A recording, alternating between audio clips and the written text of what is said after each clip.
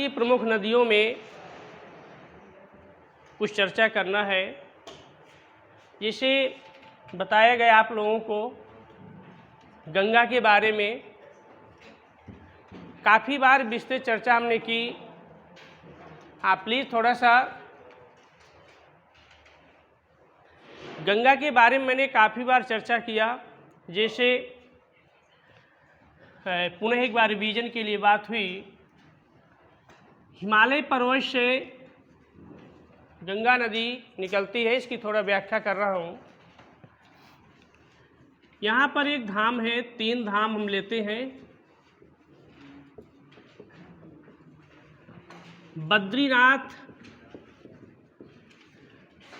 केदारनाथ और गंगोत्री धाम, ठीक है। बद्रीनाथ से अलकनंदा, कौन सी नदी निकलती है? अलकनंदा। जब बद्रीनाथ से अलकनंदा निकलती है तो इसकी सहायक अलकनंदा की पहले एक नदी आती है, धौली गंगा, ठीक है। कौन सी नदी आती है? धौली गंगा। और जब धौली गंगा और अलकनंदा का संगम होता है तो यहाँ पर विष्णु प्रयाग, कौन सा प्रयाग बनता है? विष्णु प्रयाग, ठीक है। यहाँ तक समझ में आया। जब ये दोनों नदी मिलती है तो आगे कौन सी नदी बहती है? अलकनंदा। कौन सी बहती है? अलकनंदा। दिखाई दे रहा है इधर? इसके बाद एक यहीं से नदी और बह के आती है, इसका नाम है नंदाकिनी। कौन सी नदी है? नंदाकिनी। नंदाकिनी का और अलकनंदा का संगम होता है और यहाँ पर कौन सा प्रयाग? नंद प्रयाग बनता है। कौन सा? नंद प्रयाग।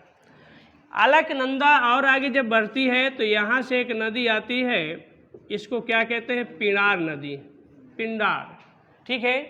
जब पिंडार नदी आती है तो यहाँ पर संगम बनता है, तो यहाँ पर कर्ण प्रयाग, कौन सा प्रयाग? देखिए अलकनंदा के इस तरफ से नदियाँ आ रही हैं, धौली गंगा, नंदाकिनी और पिंडार, 3 नदियाँ आती हैं और तीनों के यहाँ पर संगम हो रहे हैं। एक विष्णु प्रयाग, नंद प्रयाग और कर्ण प्रयाग। यहाँ तक समझ में आया? इसके बाद केदारनाथ से एक नदी निकलती है, क्या नाम है उसका? मंदाकिनी। मंदाकिनी आती है और मंदाकिनी नदी बहकर कहाँ पे मिलती है? अलकनंदा से। किससे मिलती है? अलकनंदा से मंदाकिनी मिलती है। तो केदारनाथ में किसका धाम माना जाता है? शंकर जी का, है ना। तो शंकर जी का जब धाम है तो जब नदी यहाँ मिलती है तो यहाँ पर एक प्रयाग बना दिया गया, रुद्र प्रयाग। शायद रुद्र भी शंकर जी का नाम है। तो अर्थात यहाँ पर इसके इस तरफ रुद्र प्रयाग की स्थापना होती। यहाँ तक समझ में आया? अब इसके बाद देखिए कौन सी नदी आगे जा रही है? अलकनंदा ही जा रही है, ठीक है। सबको समेटते हुए अलकनंदा आगे जा रही है। इसके बाद गंगोत्री से एक धारा निकलती है गोमुख हिमानी से, ठीक है। गोमुख ग्लेशियर से एक धारा निकलती है। इस धारा को क्या कहते हैं? भागीरथी। भागीरथी जब ये धारा निकलती है और ये धारा बहते हुए किस पर मिलती है? अलकनंदा पर। अर्थात भागीरथी और अलकनंदा का संगम होता है उत्तराखंड में। तो यहाँ पर एक प्रयाग बन गया। इसके किस तरफ बनता है? देखिए इस तरफ। इसको क्या कहते हैं? देव प्रयाग कहते हैं। बहुत प्रश्न इन प्रयागों से पूछे जाते हैं। सबसे बड़ा प्रयाग आपका तीर्थराज प्रयाग इलाहाबाद पर है। अब देखिए जब यहाँ पर देव प्रयाग बनता है, भागीरथी और अलकनंदा की धारा मिलती है, तो यहाँ से न भागीरथी और न अलकनंदा, ये दोनों क्या हो जाती हैं? समाप्त हो जाती हैं। और यहीं से ही नदी का नाम क्या हो जाता है? गंगा। ध्यान दीजिएगा, गंगा देव प्रयाग से शुरू होती है, ऊपर नहीं। ऊपर इसकी कंडीशन ये है, है ना। तो देवप्रयाग से गंगा शुरू होती है और लगभग 300 किलोमीटर पहाड़ों पर बहती हुई हरिद्वार से, हर की पौड़ी से, हर माने शंकर जी का प्रवेश माना जाता है यहाँ से, तो इसलिए हरिद्वार कहते हैं इसको। और हरिद्वार से गंगा कहाँ पर बहती है? मैदानी भागों में बहती, ठीक है। और फिर इसके बाद हरिद्वार से होते हुए उत्तर प्रदेश में प्रवेश करती है। तो प्रश्न पूछा गया था पेट की परीक्षा पर शायद कि गंगा नदी उत्तर प्रदेश के किस जिले में पहली बार प्रवेश करती है? बिजनौर से करती है। यही प्रश्न पूछा गया था पेट की परीक्षा पर। बिजनौर, उत्तर प्रदेश का बिजनौर जिला है। बिजनौर से ही गंगा नदी उत्तर प्रदेश में प्रवेश करती है और तमाम जिलों को पार करते हुए उत्तर प्रदेश से सीधे लास्ट का जो जिला है बलिया, कौन सा जिला है? बलिया जिला है। बलिया जिला को जब पार करती है तो उत्तर प्रदेश की सीमा क्या होती है? समाप्त होती है और ये कहाँ जाती है? बिहार पर। तो बिहार पर ये पटना होते हुए सीधे भागलपुर होते हुए पश्चिम बंगाल प्रवेश करती है। पश्चिम बंगाल में जब ये नदी गंगा जाती है तो यहाँ पर एक बांध बनाया जाता है। इधर समझ में नहीं आ रहा क्या? और इधर हो जाओ, दिखाई नहीं दे रहा हो। पश्चिम बंगाल में गंगा में एक बांध बनता है जिसको क्या कहते हैं? फरक्का बांध। कौन सा बांध कहते हैं? फरक्का बांध। फरक्का बांध जब बंध जाता है तो इसकी दो शाखाएं, गंगा की दो शाखाएं होती हैं। एक शाखा नीचे की ओर जाती है, एक शाखा ऊपर की ओर रहती है। जो शाखा नीचे जाती है उसको क्या कहते हैं? हुगली कहते हैं। हुगली कहते हैं। दूसरी शाखा को पद्मा कहते हैं। अर्थात गंगा नदी कहाँ से? देवप्रयाग से फरक्का बांध तक इसका नाम क्या रहता है? गंगा रहता है, ठीक है। फरक्का बांध के बाद एक पद्मा हो जाती है, एक क्या हो जाती है? हुगली हो जाती है। और ये हुगली कोलकाता शहर को दो भागों में बांटती हुई और बंगाल की खाड़ी पर गिरती है, गंगा सागर का निर्माण करती है और संसार का सबसे बड़े डेल्टे का निर्माण करती है। अब देखिए पद्मा कहाँ जाती है? बांग्लादेश पर प्रवेश करती है। कौन सी? पद्मा बांग्लादेश पर चली जाती है और जैसे ही पद्मा बांग्लादेश में जाती है तो ब्रह्मपुत्र नदी बांग्लादेश पर प्रवेश करती है। तो इसका नाम क्या हो जाता है? जमुना। ब्रह्मपुत्र का नाम बांग्लादेश में क्या रहता है? जमुना। और जमुना और पद्मा का संगम कहाँ होता है? बांग्लादेश पर होता है, ठीक है। अर्थात एक गंगा है तो एक ब्रह्मपुत्र, बड़ा पवित्र संगम माना जाता है। इसके बाद जब दोनों का मिलन होता है तो आगे कौन सी नदी? ये प्रश्न पूछा गया था कि जब जमुना और पद्मा का संगम होता है तो आगे कौन सी नदी जाती है? पद्मा जाती है। ध्यान दीजिएगा, पद्मा। अर्थात ब्रह्मपुत्र यहाँ से क्या हो जाती है? समाप्त हो जाती है, ठीक है। और जब ये पद्मा आगे जाती है तो इधर से मणिपुर तरफ से एक नदी आती है, इसका नाम क्या है? मेघना है। और ये मेघना पद्मा का संगम होता है और अब इसके बाद पद्मा का नाम भी यहाँ समाप्त हो जाता है। क्या जाती है? मेघना। अर्थात लास्ट में मेघना बंगाल की खाड़ी पर गिरती है। इस तरह से मैंने थोड़ा सा गंगा के बारे में हल्की बात की, बहुत डीपली नहीं। तो इसमें बताते हम यहाँ से गोमती, गंडक, कोसी, ढेर सारी नदियाँ आती हैं। इधर से सोन नदी जाती है। ढेर सारी नदियों को संगम बना के फिर आगे जाती है। केवल गंगा के बारे में थोड़ी चर्चा मैंने की, ठीक है। इस तरह से यहाँ पर ध्यान देना है कि अलकनंदा कहाँ से निकलती है?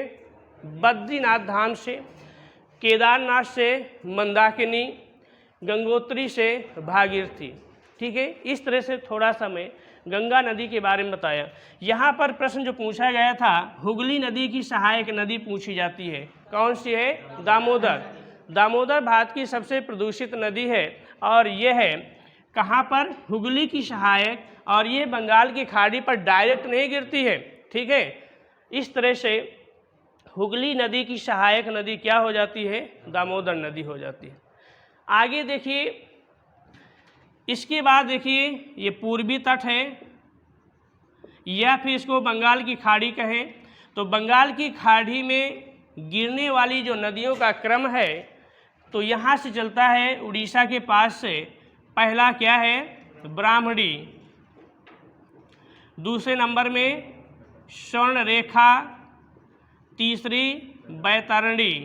ध्यान दीजिए, ब्राह्मणी और स्वर्णरेखा, बैतरणी, ये बंगाल की खाड़ी पर नदियाँ गिर रही, मगर दामोदर नहीं गिरती। दामोदर किसकी सहायक? हुगली की सहायक नदी होती है। इसके बाद महानदी है, महानदी के बाद गोदावरी। दक्षिण भारत की सबसे लंबी नदी कौन सी है? गोदावरी। थोड़ा सा गोदावरी की चर्चा कर लेते हैं।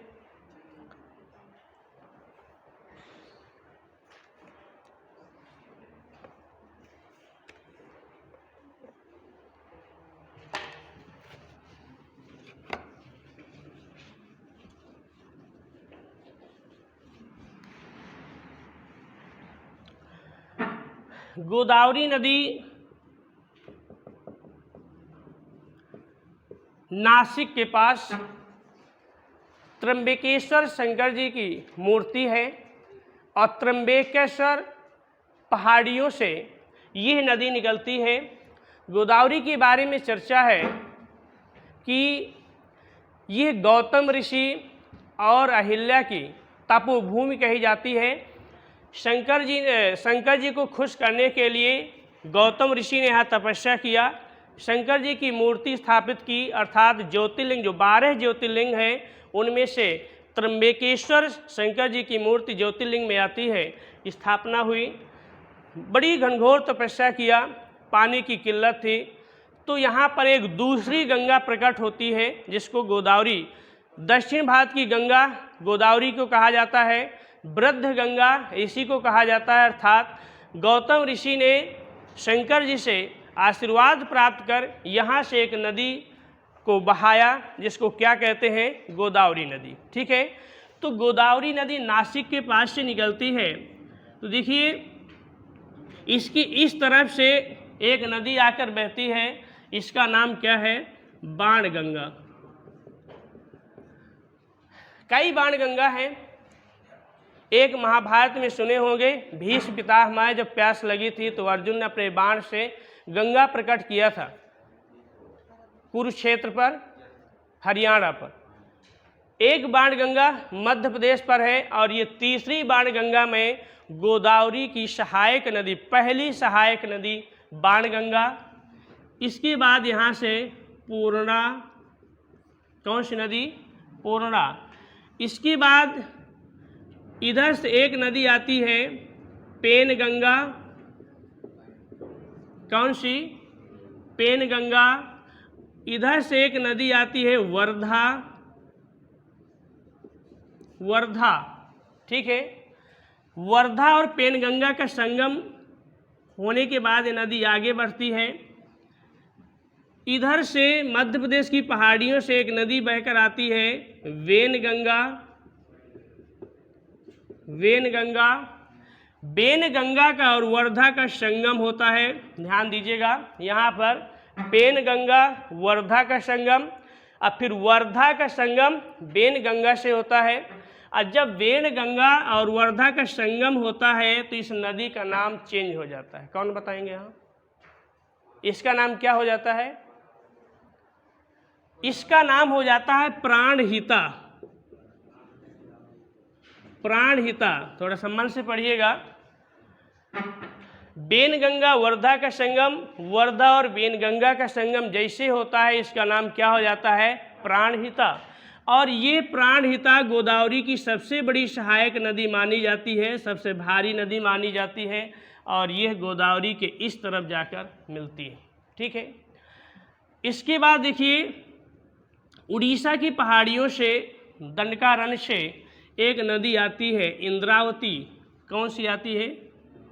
इंद्रावती। उड़ीसा की पहाड़ियों से ही एक और नदी आती है, इसको सबरी कहते हैं। क्या कहते हैं? सबरी। देखिए, इस तरह से मैं गोदावरी के इस दाहिने तरफ की नदियों की बात की। वाणगंगा, पूर्णा, पेनगंगा, वर्धा, बेनगंगा, इंद्रावती और सबरी, ये नदियाँ इस तरफ से आती हैं। अब इधर से देखिए एक नदी आती है, इसका नाम है प्रवरा। प्रवरा नदी। अच्छा, प्रवरा के बारे में कहीं पढ़ा लिखा आप लोगों ने? नहीं पढ़े, इतिहास में पढ़े होंगे आप। हड़प्पा सभ्यता कहाँ से कहाँ तक आप देखेंगे। दक्षिण में प्रवरा नदी, दाइमाबाद का नाम सुना होगा, इतिहास में पढ़ाया हूँ, इन्होंने पढ़ा होगा।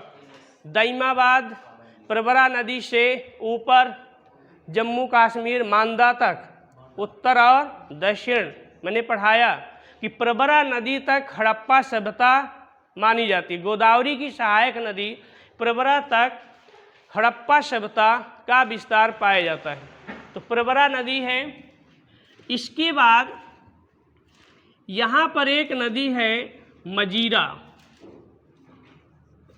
मजीरा नदी है, ये इसके बाएं तरफ की सबसे बड़ी नदी है मजीरा। ठीक है, केवल दो नदी मैं इस साइड बता रहा हूँ, प्रवरा और मजीरा। ठीक है। इसके बाद यहाँ पर एक शहर है राजमुंदरई। राजमुंदरई, यहाँ से इस नदी के लास्ट में दो भाग होते हैं। लास्ट में इसके दो भाग होते हैं, बताएंगे दोनों भाग। गुड। गौतमी गोदावरी, गौतमी गोदावरी और वशिष्ठ गोदावरी, और लास्ट में ये आंध्रा में बंगाल की खाड़ी पर गिरती है। कभी पूछे गौतमी तो जब तक डीपली नहीं पढ़ेंगे तब तक समझ में नहीं आएगा। गौतमी गोदावरी उत्तर की शाखा और दक्षिण की शाखा वशिष्ठ गोदावरी, ये दोनों जाकर बंगाल की खाड़ी पर गिरती हैं। इस तरह से देखिए, मैं थोड़ी सी चर्चा गोदावरी तंत्र की। ये सबसे ज़्यादा भारत की ऐसी नदी है जो सबसे ज़्यादा राज्यों में, 5 राज्यों में बहती है और 7 राज्यों का इसका बेसिन है, अर्थात 7 राज्यों से पानी इस पर आता है। दक्षिण की गंगा वृद्ध गंगा दक्षिण भारत की सबसे बड़ी नदी। और एक प्रश्न पूछा गया था कि यह गोदावरी नदी सबसे ज़्यादा किस राज्य में बहती है? भाई 5 राज्यों में तो बहती है, 5 राज्यों में सबसे ज़्यादा किस राज्य में बहती है? तो लगभग 49% ये महाराष्ट्र में बहती है। कहाँ बहती है? महाराष्ट्र में। 49% गोदावरी महाराष्ट्र में। और डीपली हम थोड़ा सा पढ़ाना तो चाहते हैं इसके बारे में कि स्टेट डिवाइडेशन से पढ़ा दे कि कितना महाराष्ट्र में, कितना ये छत्तीसगढ़ में, कितना उड़ीसा, कितना मध्य प्रदेश लेती है, कितना कर्नाटका, कितना तेलंगाना और कितना आंध्रा पकड़ती है। तो डिटेल बाद में देखेंगे। थोड़ा सा पहले ये आपको पता हो कि वाणगंगा इसकी सहायक नदी है, पूर्णा सहायक है, पेनगंगा, वर्धा, बेनगंगा, प्राणहिता गोदावरी की सबसे भारी नदी, प्राणहिता सहायक में, इंद्रावती, शबरी, प्रवरा, मजीरा और वशिष्ठ गोदावरी और गौतमी गोदावरी। इस तरह से आप लोगों को थोड़ा सा गोदावरी पर प्रकाश डाला गया। साफ कर दो इसको।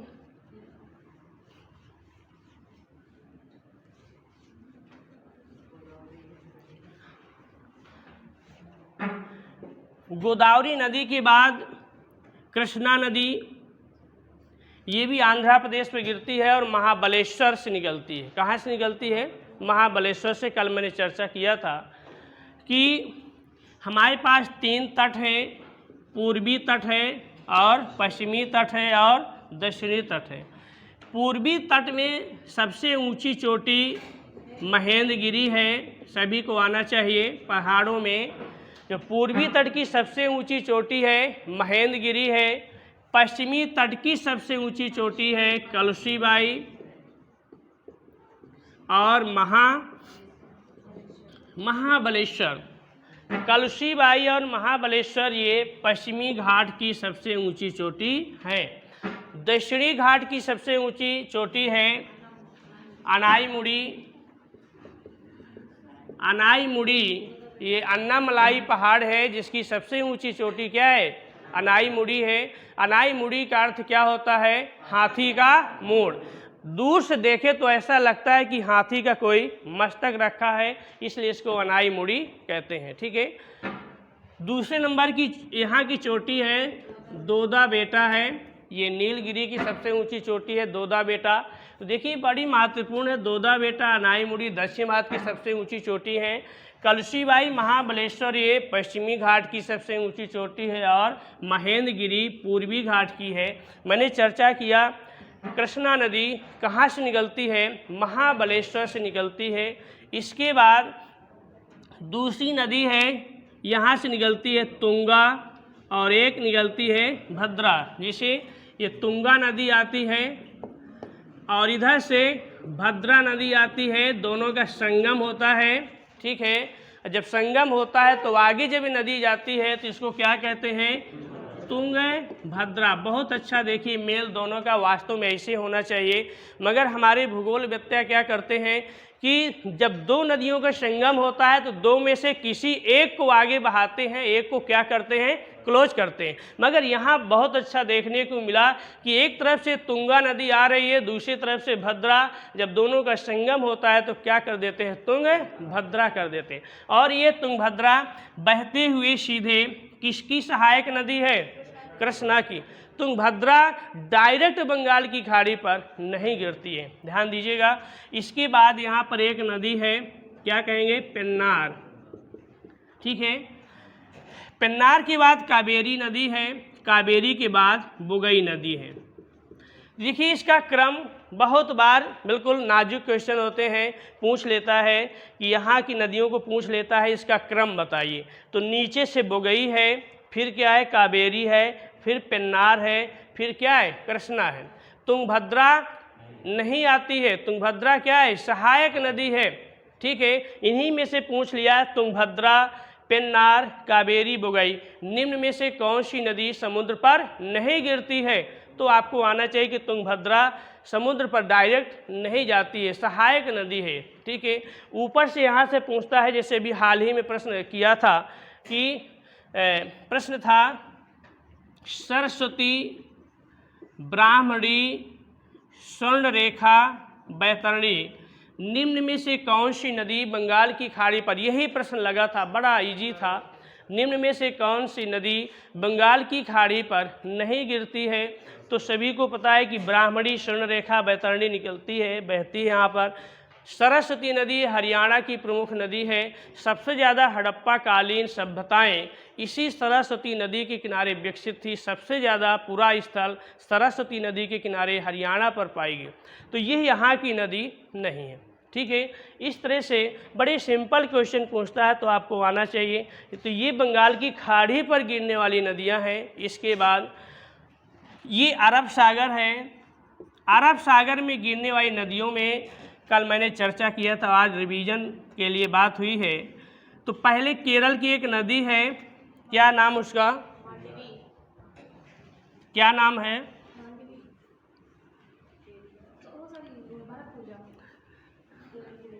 कैसे डाउट हो गया? भारत पूजा। दक्षिण में केरल पर नदी है भारत पूजा, ये सबसे लास्ट में बहती है और अरब सागर पर गिरती है। कौन सी नदी? भारत पूजा। भारत पूजा के बाद फिर एक नदी और बहती है जिसको क्या कहते हैं? पेरियार नदी। ये पेरियार झील में जाके गिरती है। तो दो नदी मैंने बताया अरब सागर पर गिरते हुए, भारत पूजा और पेरियार नदी। तीसरी नदी मैंने बता रहा मांडवी नदी। गोवा का नाम सुना है? गोवा को दो भागों में विभाजित किया मांडवी नदी। गोवा में दो जिले हैं, उत्तरी जिला और दक्षिणी जिला। दोनों जिलों के मध्य पर यह मांडवी नदी बहती है गोवा पर, और यहीं पर ही दूध सागर वाटरफॉल का निर्माण करती है। ठीक है। तो इस तरह से मांडवी नदी ये भी कहाँ गिरती है? अरब सागर। 3 नदी हो गई। चौथी नदी की चर्चा होती है ताप्ती नदी। नीचे से क्रम लिया जा रहा है ऊपर की ओर। ताप्ती नदी ये भी बंगाल की खाड़ी पे ना गिरकर खंभात, इसको कौन सी खाड़ी कहते हैं? खंभात, इसको कच्छ की खाड़ी कहते हैं। ये खंभात की खाड़ी पर गिरती है और इसी नदी के किनारे एक बहुत सुंदर शहर विकसित हुआ है, सूरत। सूरत शहर, जहाँ पर नदी समुद्र पर गिरती है, वहीं उसी कोने, एक तरफ समुद्र है एक तरफ नदी है, उसके मध्य पर सूरत शहर विकसित हुआ है। अर्थात जहाँ पर गिरती है उसी के 10 कदम पहले सूरत शहर विकसित हुआ है। इसके बाद ये अमरकंटक की पहाड़ियों से निकलती है कौन सी नदी? नर्मदा। नर्मदा से बहुत प्रश्न पूछे जाते हैं। ऐसी कौन सी नदी जो पूरब से पश्चिम की ओर बहती है? यही दरार घाटी में बहती है यही नदी। डेल्टा का निर्माण नहीं करती, एस्चुरी का निर्माण नदी करती है। एस्चुरी क्या होता है कि जो नदी का तल ऊपर है, समुद्र का तल क्या है? नीचे। ये नदी डायरेक्ट समुद्र पर कूदती है। इसके अंदर जो भी मटेरियल इसके साथ बहता है वो सब समुद्र में जाकर गिरता है। ये किसी तरह का कोई डेल्टे का निर्माण नहीं करती है। ऐसी नदियों को क्या कहा जाता है? और क्या कहा जाता है? ज्वार नद मुख। ध्यान दीजिएगा, ऐसी ही नदियों को ज्वार नद मुख नदियाँ कही जाती है। यही प्रश्न पूछेगा, ज्वार नद मुख क्या है? नदी और समुद्र। तो जो समुद्र में ज्वार भाटा बनता है, ज्वार बनता है तो ऊपर उठता है, ज्वार बनता है ना। और ये ज्वार क्या करता है? नदी के मुंह में क्या मारता है? धक्का मारता है। ये नदी का मुंह है ऐसे, और इधर से ज्वार आता है तो नदी के मुंह में क्या करता है?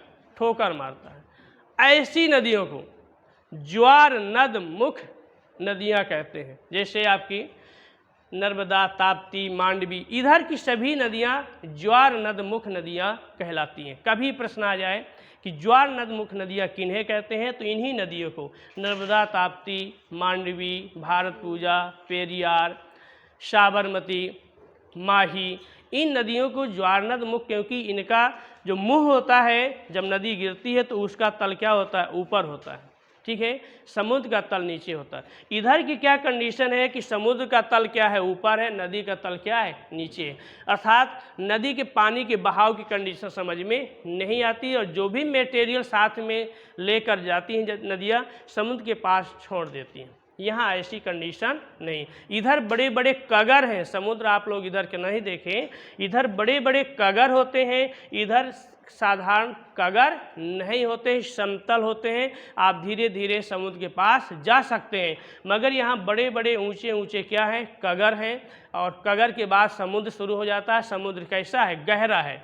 तो इधर समुद्र बहुत गहरा है, इधर समुद्र क्या है? उथला है। ठीक है, तो इधर के प्राकृतिक बंदरगाह कहलाते हैं, इधर के कृत्रिम बंदरगाह। यदि मैं प्रश्न करूं भारत का सबसे पहला कृत्रिम बंदरगाह कौन सा है? मेरी बात समझ में नहीं आई? कृत्रिम माने बनावटी, मानव निर्मित बंदरगाह सर्वप्रथम कौन सा है? दीनदयाल। क्या है? तो दीनदयाल कहाँ है? यहाँ है। मैं पूछ रहा हूँ बंगाल की खाड़ी पर मद्रास बंदरगाह भारत का प्रथम कृत्रिम बंदरगाह के रूप में दर्जा इसको प्राप्त है। ठीक है, कोश की ओर आते हैं। नर्मदा की बात मैंने की, इन नदियों को ज्वार नद मुख या एस्चुरी कहते हैं। यहीं से ही इस किनारे से माही नदी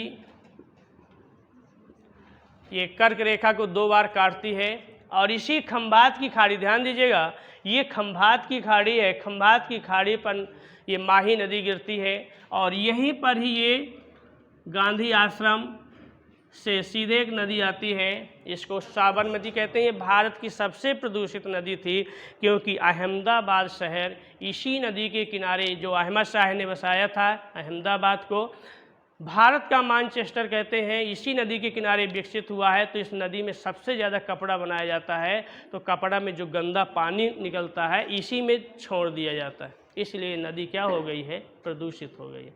तो भारत की सबसे ज़्यादा प्रदूषित नदी साबरमती, मगर वर्तमान में सबसे प्रदूषित नदी कौन सी है? कौन सी? दामोदर। दोनों एक दूसरे को पछेलती, कभी ये आगे होती है, कभी ये आगे होती है, दोनों एक दूसरे को पछेलती हैं। ठीक है, इस तरह से देखिए मैंने इधर की नदियों की चर्चा पुनः एक बार रिवीजन में किया। इसके बाद थोड़ा सा सिंधु तंत्र की बात होती है, तो थोड़ा सा मैं पहले सिंधु नदी के बारे में बता दूं, इसके बाद आगे।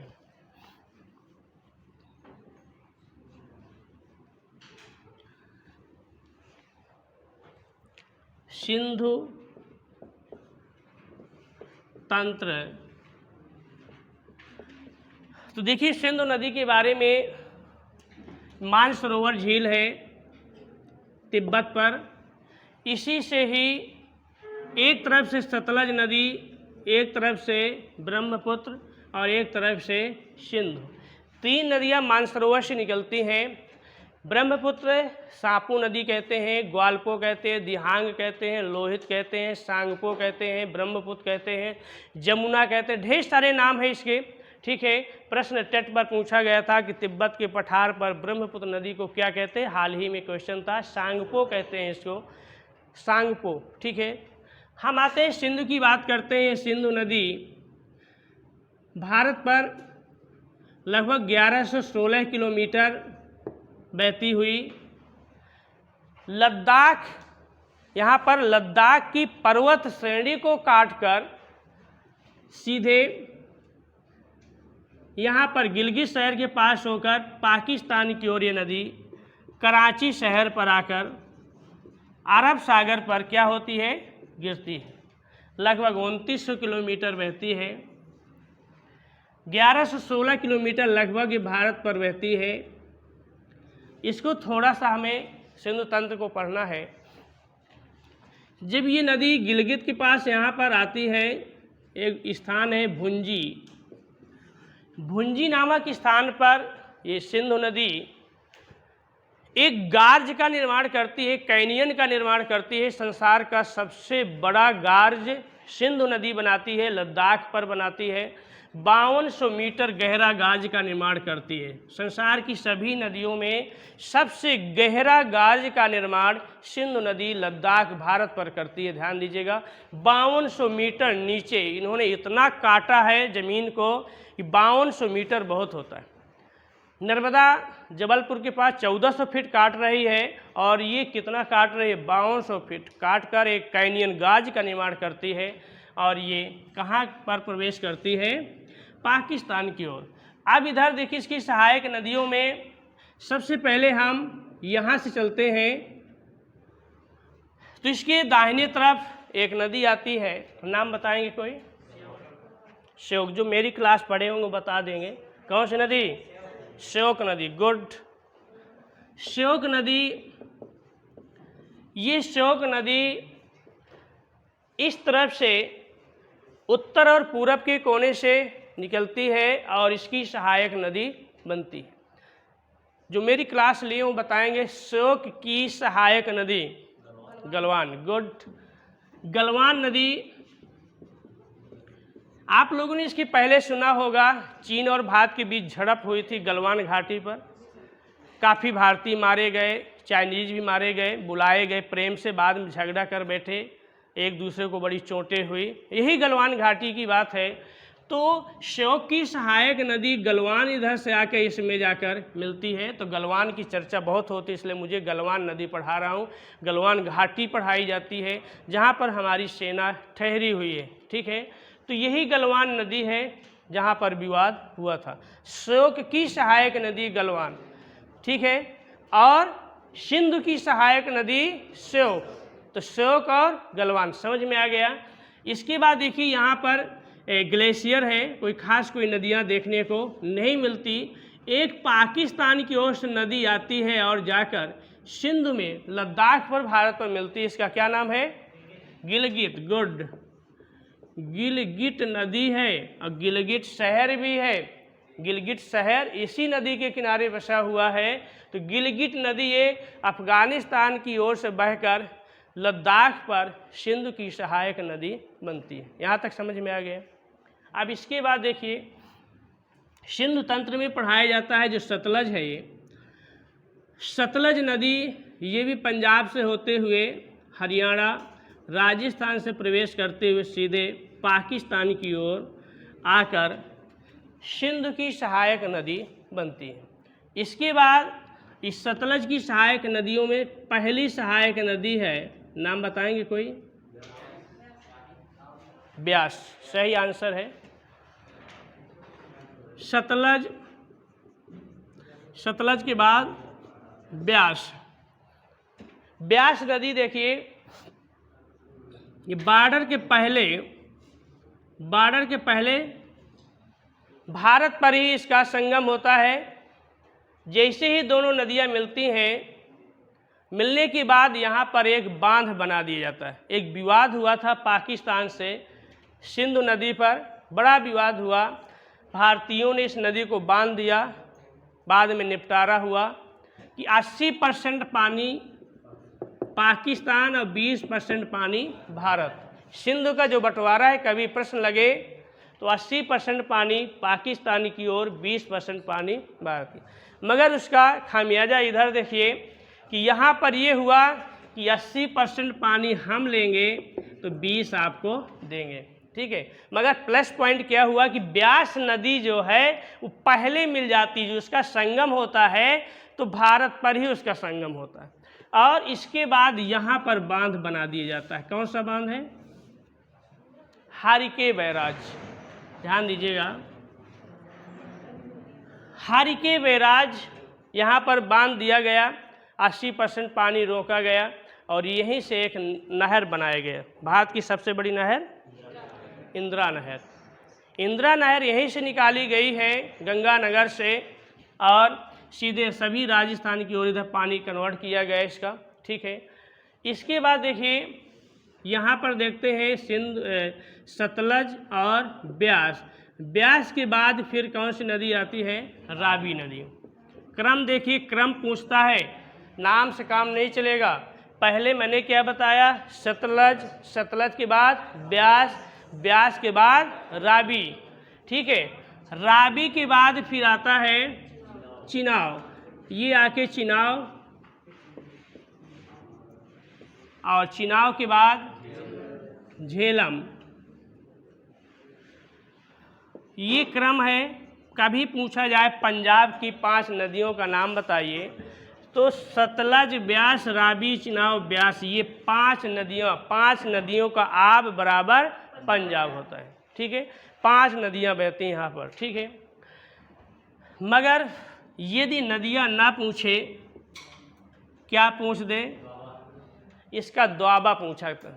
यहाँ पर अक्सर पूछ लेता है क्या? द्वाबा। द्वाबा नहीं जानते? 2 नदियों के बीच के क्षेत्र को द्वाबा कहते हैं। 2 नदियों के बीच का जो मैदान होता है उसको द्वाबा कहलाता है। द्वाबा का नाव होता है, तो यहाँ से नाव पूछता है कि जो बिष्ट है, बिष्ट द्वाबा किसके मध्य पाया जाता है ना? तो बिष्ट, तो बी से ब्यास और यस से सतलज आ जाएगा। तो जो ये सतलज है और ब्यास के ये बीच का जो मैदान है, इसको क्या कहते हैं? बिष्ट द्वाबा कहते हैं। अब बिष्ट द्वाबा कई बार परीक्षा पर पूछा गया है, ठीक है। तो जो नहीं पढ़ते तो क्या कहते हैं, कहाँ से आ गया, हम तो कभी पढ़े नहीं, कहाँ से पूछ लिया, है ना। तो जब गहराई से पढ़ेंगे तो पता चलेगा। बिष्ट के बाद फिर है बारी द्वाबा। बारी द्वाबा पाया जाता है ब्यास और रावी, ठीक है। ब्यास और रावी के मध्य ये आपका बारी द्वाबा है। फिर क्या है? रेचना। देखिए जो क्लास लिए हैं उनको सब पता है। रेचना बताएंगे, रावी, आर से रावी, सी एस से चिनाव। तो रावी नदी और चिनाव नदी के मध्य जो दोआबा पाया जाता है उसको क्या कहते हैं? रेचना कहते हैं। ठीक है, फिर क्या बचा? चेज। जो चेज है, चेज दोआबा जो पाया जाता है तो सी एस से चिनाव और जे से झेलम। झेलम, इन नदियों के बीच चेज आपका दोआबा पाया जाता है। ठीक है, इसके बाद क्या बचा? झेलम और सिंधु के बीच सिंधु सागर। सिंधु सागर दोआबा कहाँ पाया जाता है ये भी कई बार पूछा गया है। सिंधु सागर दोआबा किन नदियों के मध्य पाया जाता है? झेलम और सिंधु नदी के बीच का ये जो भी प्लेस पड़ा हुआ है ये सबसे बड़ा, इसको सिंधु सागर दोआबा कहते हैं। आ रहा समझ में सभी के? इसके बाद यहीं पर एक झेलम की अभी मैं सहायक नदियाँ, इनकी सहायक नदियाँ भी है, जैसे तवी है, जम्मू तवी का नाम सुना होगा, तवी नदी सहायक नदी है। तो एक बहुत अच्छी सहायक नदी है किशन गंगा। किशन गंगा बताएंगे किसकी सहायक नदी है? किशन गंगा। झेलम की सहायक नदी है। झेलम शेषनाग झील से श्रीनगर इसी झेलम नदी के किनारे बसा हुआ है। तो किशन गंगा बहुत खूबसूरत नदी है जो झेलम की सहायक नदी है। इस पर शायद मोदी सरकार कुछ काम कर रही है। कभी प्रश्न जीके जीएस में पूछता है तो किशन गंगा से क्वेश्चन पूछ लेता है। तो किशन गंगा झेलम की सहायक नदी है। इस तरह से देखिए मैंने यहाँ की थोड़ा सा सिंधु तंत्र की चर्चा की यहाँ पर। ठीक है, इसके पहले हालांकि मैं बता चुका हूँ कि गंगा और यमुना, गंगा की सबसे बड़ी सहायक कौन सी है? यमुना है। और यमुना की सहायक नदियों में सबसे बड़ी सहायक नदी कौन सी है? चंबल नदी है, जो महू के पास परशुराम कुटी से नदी निकलती है और इटावा के पास यमुना की सहायक नदी बनती है। इस चंबल नदी पर मगरमच्छ घड़ियाल की नदी कही जाती है। इसी के किनारे चंबल और नालिकाओं के लिए जानी जाती है। चंबल नदी घाटी पर छोटे छोटे टापू पाए जाते हैं, कगर पाए जाते हैं। कगरों के लिए चंबल विशेष रूप से जानी जाती है, इसलिए यहाँ पर फूलन देवी वगैरह बदमाशों का गढ़ था। बड़ी खराब घाटियाँ इस नदी के किनारे। तो चंबल की सहायक नदी कौन सी है? क्षिप्रा। ध्यान दीजिए, मैं वैसे सहायक नदियाँ बहुत कम पढ़ा पा रहा हूँ इस समय। चंबल की ढेर सारी सहायक नदियाँ हैं, उनमें मैं क्षिप्रा की बात करता हूँ। आपका उज्जैन इसी नदी के किनारे बसा हुआ है, जहाँ पर क्या लगता है? महाकुंभ लगता है, क्षिप्रा। इसके बाद बेतवा है, धसान है और केन है। इस तरह से यमुना की सहायक नदियों में 4 प्रमुख हैं, चंबल, बेतवा, धसान, केन। इस तरह से नदियों की मैंने एकदम विहंगम दृष्टि से, विहंग का मतलब क्या होता है? पक्षी। जैसे पक्षी आकाश में उड़ता है, उड़ते हुए अपना नीचे शिकार देख लेता है। ठीक है, उसी तरह से कम शब्दों पर कम समय पर मैं आपको थोड़ा सा नदियों के बारे में बताया।